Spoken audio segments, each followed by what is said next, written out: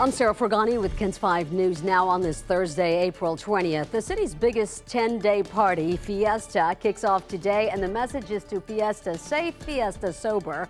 The Texas Alcoholic Beverage Commission says they've met with businesses that plan to serve alcohol. They're ensuring nonprofits and businesses know how to spot signs of intoxication and avoid selling to minors. Those who break the law could have their permit taken away or face prosecution. Multiple law enforcement agencies are also stepping up patrols. SAPD has a dedicated DWI unit, and their biggest advice: have a plan before you go and get a sober ride home. You can use a cab, Lyft, Uber, or a friend. I mean, sometimes people do drink a little bit more than what's expected. So, I mean, we would urge definitely, have a fun time, of course, but, try to limit your drinking or have a safe method of transportation home. Meanwhile, construction projects downtown will not hinder Fiesta events, but there are some important changes to know this year. The city says extra safety measures like fencing will be added to active zones, and all private construction will stop through the end of April. Tonight, the Fiesta Fiesta kickoff event has been moved from Hemisphere to Travis Park because of the construction. And for the second year, both the Battle of Flowers and Flambeau parades will follow this route, starting on Main by San Antonio College and ending on Commerce near Santa Rosa. With the one exception that there's a little bit of construction that's been freed up on Commerce Street. So the end of the parade is going to be like a normal pattern where we're going from Commerce Street to Santa Rosa and then ending at Santa Rosa and Martin Street. Now, besides Fiesta Fiesta, there are some other events you could check out on day one today. The Fiesta Carnival opens at 5 p.m. till 11 p.m. in the Alamo Dome parking lot. Also tonight, Taste of the Republic runs 6 to 10 p.m. at the Alamo. In other news, at the state capitol, a sweeping school safety bill now heads to the House after the Senate's approval on Wednesday, and it would require school districts to establish active shooter plans. According to a Texas School Safety Center report, only 200 school districts in Texas in 2020 had policies that followed the best practices for active shooters. This is out of the state's 1,200 districts, and over 600 districts did not have a plan at all.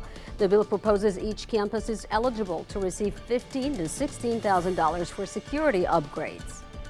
We have new details now from police on the death of a UIW nursing student. We now know it wasn't just a car accident. He was shot. Selma's police chief says this is now a homicide investigation. They believe Joseph Benales may have been killed in a road rage incident this past weekend. The medical examiner confirmed the 22-year-old was shot in the head. He died on I-35 in Selma Saturday while he was driving home from a military ball. Overnight, bullets fly in a Southside apartment as a woman tries to confront her daughter's boyfriend. It happened at an apartment complex on West Hutchins Place. Police say that a woman called her mom, who also lives on that property, and alleged that her boyfriend was abusing her. The mom went to the apartment to confront him, and things got heated. Police say another relative started firing shots into the ground, and one of the bullets grazed the mom. She was treated at the scene. Officers detained a man they believe is the shooter.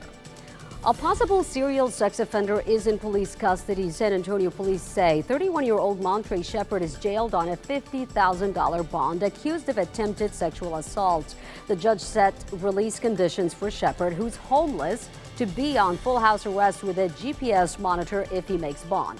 Court documents stated that there could be other victims. About a week ago, police say Shepard gained access to an office on the city's northwest side where he tried to sexually assault a woman. An affidavit said Shepard is also linked to multiple exposure cases over the past year.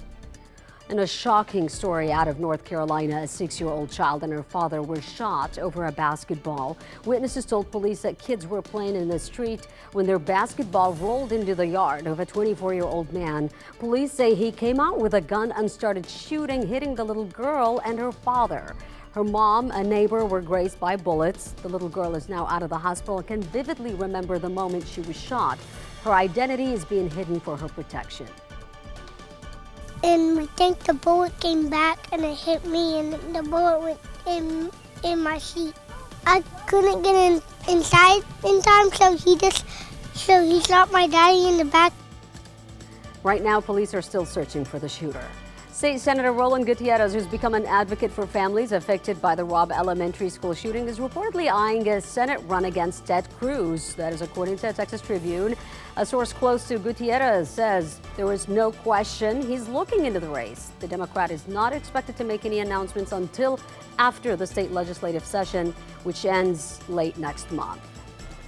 April is Autism Awareness Month, and the San Antonio Zoo is celebrating that they're now sensory inclusive. From now on, they're going to have designated quiet zones as well as sensory bags with noise-canceling headphones and fidget tools.